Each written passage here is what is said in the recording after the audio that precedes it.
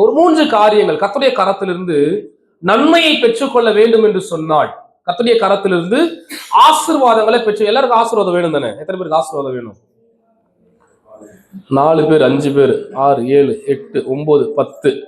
இங்க உட்காந்துட்டு இருக்கிற ஒரு 30 பேர்ல ஒரு 15 பேர் ஆசீர்வாதம் வேணும்னு சொல்லியிருக்கிறீங்க. மீதியெல்லாம் நான் நிறைய இருக்குது, எனக்கு ஒன்றும் பிரச்சனை இல்லை, பக்கத்துல இருக்கணும், நான் கொடுக்கறதுக்கு தயாரா இருக்கிறேன்னு சொல்லிட்டு என்ன பண்றீங்க? ரெடியா இருக்கிறீங்க. கர்த்தர் உங்களை ஆசீர்வதிப்பாராக. ஆமென் சொல்லுங்களேன். இப்ப கர்த்தருடைய கரத்துல நன்மையை பெற்றுக்கொள்வதற்கும் ஆசீர்வாதங்களை பெற்றுக்கொள்வதற்கும் நம்ம ஒவ்வொரு நாளும் தேவனுடைய முகத்தை நோக்கி பார்க்கிறோம். அல்லேலூயா. கர்த்தருடைய கரத்துல நாம் நன்மைகளையும் ஆசீர்வாதங்களையும் பெற்றுக்கொள்ள வேண்டும் என்று சொன்னால் 3 வழிகளை ஆண்டவர் நமக்கு கற்றுக் கொடுத்திருக்கிறார். வேதத்தின் மூலமாக ஒரு 3 வழிகளை நமக்கு கற்றுக் கொடுத்திருக்கிறார். ஆமென் சொல்லுங்களேன்.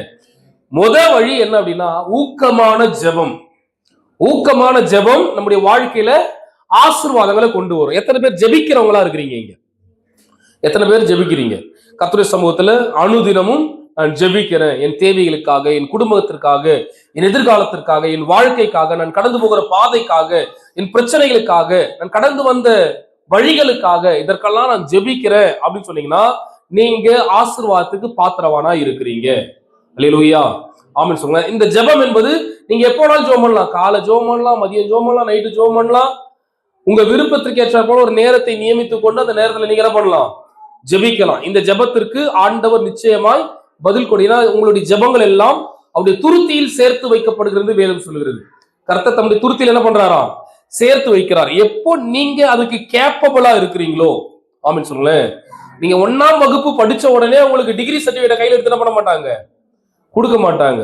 இப்போ நீங்க எப்பொழுது அதற்குண்டான தகுதியை நீங்கள் வளர்த்து கொள்ளுகிறீர்களோ, அல்லது தேவன் உங்களிடத்தில் எப்பொழுது அந்த தகுதியை பார்க்கிறாரோ அன்றைக்கு அந்த நன்மை. நீங்க எல்லாமே கேட்கலாம், எல்லாத்தையும் கேட்பதற்கு எனக்கு என்ன இருக்கு? அதிகாரம் இருக்கு. ஆனா எதை எப்போ கேட்கணும் எனக்கு தெரியாது. எனக்கு நாளைக்கு ஒரு தேவை இருக்கு, அந்த தேவையை விட்டுட்டு நான் வேற ஒண்ணு கேட்டுட்டு இருப்பேன். அப்போ ஆண்டவர் என்ன பண்ணுவாரு? உனக்கு என்ன தேவையோ அதை கொடுப்பாரு. நம்ம நினைச்சிட்டு இருப்போம் நான் ஒண்ணு கேட்டா ஆண்டவர் ஒண்ணு கொடுக்குறாரு. அப்போ அந்தந்த நேரத்துல, அதான் அதினதின் காலத்துல அதினதின் காரியங்களை கர்த்தர் நேர்த்தியாய் செய்து முடிக்கிற தேவனாயிருக்கும். அவன் வாழ்க்கையில விதைக்கு ஒரு காலம் உண்டு, அறுக்க ஒரு காலம் உண்டு, நட ஒரு காலம் உண்டு, நட்டதை பிடுங்க ஒரு காலம் உண்டு, எல்லாவற்றுக்கும் ஒரு காலம் உண்டு. அப்போ நீ கேட்கிற ஜெபத்துக்கு பதில் கொடுப்பதற்கும் ஒரு காலம் உண்டு. அப்ப அந்த நேரத்துல கர்த்தனுக்கு சரியாய் செய்கிற தேவனாய் இருக்கிறார்.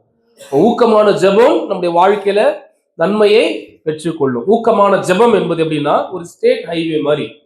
ஸ்டேட் ஹைவே பார்த்துருக்கீங்களா? கொஞ்ச நாளுக்கு முன்னாடி எல்லாம், இப்ப கூட நீங்க பெரிய எக்ஸ்பிரஸ் ஹைவே இருக்கும், உள்ள ஊருங்களுக்கு போற ஒரு சின்ன ரோடு இருக்கும். அந்த ஊருக்கு போற ரோட்ல பாத்தீங்கன்னா டிவைடர்லாம் இருக்காது. எதிரில் வர வண்டியும் ஒரே ரோட்ல தான் வரணும், ஃப்ரண்ட்ல போற ரோடும் ஒரே வண்டியில தான் போயிட்டு இருக்கணும். அப்போ அங்கங்க ஸ்பீட் பிரேக் இருக்கும், அங்கங்க கிராமங்கள் வரும், அந்த கிராமத்துல எல்லாம் ஒரு ஸ்பீட் பிரேக் போட்டுருப்பாங்க. அப்படி நிறுத்தி ஏத்தி இறக்கி நம்ம ஒரு டைம் பிக்ஸ் பண்ணிருப்போம், அந்த டைம்ல போய் சேரணும்ட்டு. ஆனா நம்ம நேரத்துக்கு என்ன பண்ண முடியாது, போக முடியாது. ஒரு பேசஞ்சர் ட்ரெயின் மாதிரி, பேசஞ்சர் ட்ரெயின்ல ஏறி உட்காந்துட்டீங்கன்னா எல்லா ஸ்டாப்லயும் என்ன பண்ணும்? நிற்கும். நாம அதுக்கு டைமிங்லாம் இல்லை, இந்த டைம்ல தான் போய் சேரணும்லாம் இல்லை. வர எல்லா எக்ஸ்பிரஸ் வண்டிக்கும் வழி விட்டுட்டு என்ன பண்ணும்? அது போய் சேர வேண்டிய நேரத்துல பொறுமையா போய் சேர்ந்துட்டே இருக்கும். எப்போ எதிரில் வண்டி வந்தாலும் பக்கத்துல இருக்கிற ஸ்டேஷன்ல இருந்து என்ன பண்ணிடுவாங்க? ஸ்டாப் பண்ணிடுவாங்க. ஸ்டாப் பண்ணிட்டு அந்த வண்டி கிராஸ் ஆனதுக்கு அப்புறம் தாண்டி போகும். அப்போ ஒரு ஸ்டேட் ஹைவே, ஒரு நார்மல் பேசஞ்சர். ஜெபம் என்பது எப்படி? ஒரு பேசஞ்சர் மாதிரி. ஆமாம் சொல்லுங்களேன். போய் சேர வேண்டிய நேரத்துல சேரும், கண்டிப்பா போய் சேரும். ஆனா அதோட நேரத்துக்கு பொறுமையா என்ன பண்ணும்? போய் சேரும். நீ எல்லாம் அதை புஷ் பண்ண முடியாது, நான் இந்த நேரத்துலதான் போய் சேரணும். ஒரு முறை அந்த மாதிரிதான் ஒரு ஊர்ல, ஒரு விழுப்புரத்துல ஒரு டெத்து. அவசர அவசரமா ஊருக்கு கிளம்பிட்டு இருக்கிறோம். 3 மணிக்கு டெத்து எடுத்துருவாங்க. காலையிலேயே கிளம்பி பஸ் ஸ்டாண்ட்ல போயிட்டு பஸ் ஏறிட்டோம். அப்பதான் கவர்மெண்ட்ல புதுசா ஒரு வண்டி விட்டுருக்குறாங்க, நல்ல பெரிய வண்டி. நாங்க நினைச்சிட்டோம் ஸ்லீப்பர், செமி ஸ்லீப்பர் வண்டி. இந்த வண்டியில ஏறினா ஸ்பீட் பிரேக்கெல்லாம் இது அந்த ஸ்பீட் லிமிட்லாம் இருக்காது, சீக்கிரம் கொண்டு போய் சேர்த்துருவோம் அப்படின்னு சொல்லிட்டு அந்த வண்டியில ஏறி உட்காந்த பாருங்க. பொண்ணு மாப்பிள்ளைக்கு ஊர்வலம் கூட்டு போற மாதிரியே கூட்டு போனா அந்த வண்டியில. பெரிய நல்லா புது பஸ். அப்பதான் கவர்மெண்ட்ல லான்ச் பண்ணிருக்காங்க. நான் போய் டிரைவர்ட்டே கேட்டேன்னா, நான் இறங்கி நடந்து போனாலே சீக்கிரம், டெத்துக்கு போன போய் எப்பா நான் எவ்வளவு அழுத்தினாலும் இவ்வளவுதான்ப்பா போவேன், இந்த வண்டி 60க்கு மேல போகாது பாது அப்படின்றாங்க. ஆமின்னு சொல்லுங்களேன். ஜெபம் என்பது ஒரு ஸ்டேட் ஹைவே மாதிரி. நிறுவியா போய் சேர வேண்டிய நேரத்துல சேரும். ஆனா உங்க விருப்பத்துக்கெல்லாம் என்ன பண்ணாது. எனக்கு இன்னைக்கு வேணும் அப்படின்னா, உனக்கு ஒருவேளை கிருபை இருந்தது, ரோடு காலியா இருக்கு, ஒன்னும் பிரச்சனையில போய் சேர்ந்துடலாம். அப்புறம் ஆனா எதிரில் போற வண்டி, முன்னாடி போற வண்டி எல்லாத்தையும் பார்த்துதான் என்ன பண்ணும், போய் சேருன்ற மாதிரி. அது சரியான நேரத்துல உங்களுக்கு பலனை கொடுக்குமா என்று சொன்னால், அநேக நேரத்துல நம்ம ஏற்ற நேரத்தை ஜெபிக்கும் போது என்ன பண்ணது, பலன் கிடைக்காது. ஆனா பலன் வரும். அதுதான் விசுவாசம். ஆமான்னு சொல்லுங்களேன். இப்ப ரெண்டாவது உபவாச ஜெபம். இதான் கடந்த மாசம் ஃபுல்லா நம்ம என்ன பண்ணோம், தியானம் பண்ணோம். இந்த உபவாச ஜெபம் என்பது ஒரு எக்ஸ்பிரஸ் வே மாதிரி. நேஷனல் ஹைவே பார்த்துருக்கீங்களா? நம்ம ஒரு பிளான் பண்ணிட்டு போவோம். இந்த நேரத்துல வண்டியை ஸ்டார்ட் பண்ணோம்னா கரெக்டா 3 மணி நேரத்துல விழுப்புரம் போயிடலாம், அடுத்த 3 மணி நேரத்துல திருச்சி போயிடலாம் அப்படின்னு சொல்லிட்டு. ஏன்னா ரோடு எவ்வளவுதான் எதிரில் வண்டி வந்தாலும் அந்த வண்டிக்கு தனியா ஒரு வழி இருக்கும்.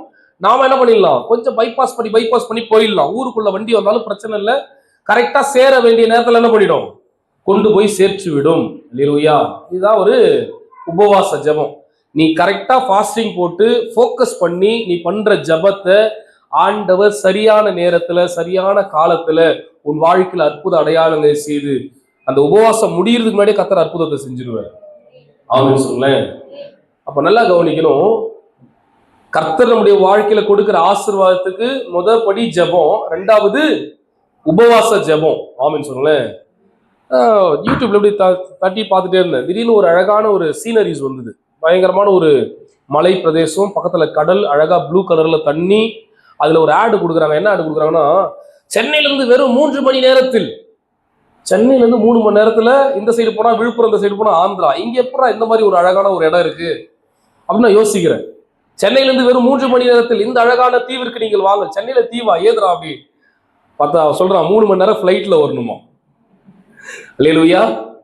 பக்கத்துல இருக்கிற மலேசியால லங்காவின்ற ஒரு அது மென்ஷன் பண்றாங்க. சென்னையில இருந்து வெறும் 3 மணி நேரம் தான், டிக்கெட் எடுத்தீங்கன்னா என்ன பண்ணிடலாம், இந்த தீவுக்கு நீங்க வந்துடலாம் அப்படின்ட்டு. அப்போ நல்லா கவனிங்க, பக்கத்துல இருக்கிற விழுப்புரத்துக்கு போறதுக்கு 3 மணி நேரம், இப்போ எக்ஸ்பிரஸ் ஹைவேல ஒருவேளை வந்தே பாரத்ல போனீங்கன்னா திருச்சிக்கு போறதுக்கு 3 மணி நேரம், ஃபிளைட்ல போனீங்கன்னா பக்கத்துல இருக்கிற தேசத்துக்கு போறதுக்கே 3 மணி நேரம். ஆமென் சொல்லுங்களேன். அப்போ நாம எந்த பயணத்தில் போய் கொண்டிருக்கிறோம், கர்த்தருடைய ஆசீர்வாதத்தை பெற்றுக்கொள்வதற்கு நீ எந்த டிரான்ஸ்போர்ட்டை யூஸ் பண்ணிட்டு இருக்கிற? ஜெபம் என்கிற டிரான்ஸ்போர்ட்டை யூஸ் பண்ணிட்டு இருக்கிறியா, உபவாசம் என்கிற டிரான்ஸ்போர்ட்டை யூஸ் பண்ணிட்டு இருக்கிறியா? மூணாவது தான் இங்க நம்ம வாசிக்கப்படுகிற வசனம். வாசிக்க அந்த வசனத்தை இப்போ உங்களுக்கு புரியும்.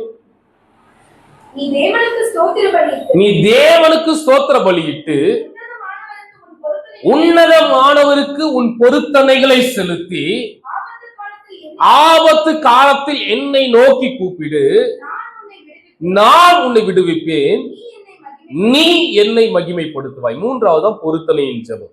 ஆமென் சொல்லுங்களேன். இந்த பொருத்தனையை குறித்து தான் இன்னைக்கு பார்க்க போறோம். கர்த்தருடைய ஆசீர்வாதங்களை பெற்றுக்கொள்வதற்கு, வேகமாய் பெற்றுக்கொள்வதற்கு அல்லது துரிதமாய் பெற்றுக்கொள்வதற்கு ஆண்டவர் சொல்றாரு பாருங்களேன், ஆபத்து காலத்தில் என்னை நோக்கி. ஆபத்து என்ன சொல்ல எப்படி இருக்கும், அடுத்து உதவி செய்யறதுக்கு யாருமே வரமாட்டாங்க. ஆபத்துனா அடுத்த செகண்ட்ல யாராவது வந்து நிக்கணும், நமக்கு உதவி செய்யறதுக்கு யாராவது ஒருத்தவங்க வந்து நிக்கணும் இல்ல. அப்ப ஸ்பான்டேனியஸா நடக்கிற ஒரு விஷயம் தான். அப்போ நம்முடைய ஜெபத்துக்கு ஸ்பான்டேனியஸா ஒரு ஆசீர்வாதம் வர வேண்டும் என்று சொன்னால், நன்மை வர வேண்டும் என்று சொன்னால், ஆண்டவர் இன்னொரு வழியை வேதத்தில் நமக்கு கற்றுக் கொடுக்கிறார். அதுதான் பொருத்தனையின் ஜெபம். ஆமென் சொல்லுங்களேன். ஒருவன் தன்னை ஆண்டவருடைய சமூகத்தில் பொருத்தனையோடு கூட செய்கிற அந்த ஜெபத்திற்கு ஆண்டவர் அதி விரைவில் வெகு சீக்கிரமாய் ஆண்டவர் பதில் கொடுக்கிற தேவனாய் இருக்கிறார். அல்லேலூயா. ஆமென் சொல்லுங்களேன். நடக்கிற இங்க காரியங்களை பாருங்களேன். சங்கீதம் 15வது வசனம் வாசிங்க. 50வது 15வது வசனம் வாசிங்க. ஆபத்து காலத்தில் என்னை நோக்கி கூப்பிடு, நான் உன்னை. பாருங்களேன், உடனே பொருத்தனை செலுத்தின உடனே பொருத்தனை செலுத்தி என்ன பண்ண, என்னை நோக்கி கூப்பிடு, நான் உன்னை விடுவிப்பேன். அடுத்த செகண்ட் ஆன்சர் வந்துடுச்சு, நீ என்னை மகிமைப்படுத்துவாய். இப்ப இங்க கேப்பும் இல்ல, இங்க டைம் பீயிங் இல்ல, உன்னுடைய போராட்டம் இல்ல. நான் சொல்றது புரியுதுங்களா? ஃபாஸ்டிங் உபவாச ஜெபம் ஒரு போராட்ட ஜெபம், ஒரு யுத்த ஜெபம். நீ போராடிட்டு இருக்கிற, உனக்கு விரோதமா இருக்கிற எல்லா காரியத்தையும் ஜெயிச்சு வந்து உன்னையே நீ ஜெயிச்சு கர்த்தருடைய சமூகத்துல நன்மையை பெற்றுக் கொள்கிற. இப்போ இந்த எல்லாத்தையும் ஒதுக்கி வச்சுட்டு இன்னைக்கு இன்ஸ்டன்டா எனக்கு ஒரு ஆசீர்வாதம் வேணும், இன்னைக்கு எனக்கு ஒரு நன்மை வேணும், இன்னைக்கு கர்த்தருடைய கரத்துல கர்த்தருடைய ஆசீர்வாதத்துக்காக நான் காத்து இருக்கிறேன்னு நீ சொல்லுவாய் என்று சொன்னால், இங்க ஆண்டவர் சொல்றாரு, நீ பொருத்தனைகளை செலுத்தி என்னை நோக்கி கூப்பிடு, அப்பொழுது நான் உன்னை விடுவிப்பேன். உடனே வருது ஆன்சர், நான் உன்னை விடுவிப்பேன், நான் உனக்கு கொடுப்பேன், நான் உன்னை ஆசீர்வதிப்பேன், நான் உன் தேவையே சந்திப்பேன், உனக்கு உன் ஜெபத்துக்கு உண்டான பதில நான் கொடுப்பேன். நீ எப்ப பொருத்தனையோடு கூட ஆண்டவருடைய சமூகத்தில் வருகிறாயோ அன்றைக்கு ஆண்டவர் உடனடியாக ஒரு இன்ஸ்டன்ட் தீர்வாக கர்த்தர் உனக்கு பதில் கொடுக்கிற தேவனாய் இருக்கிறார்.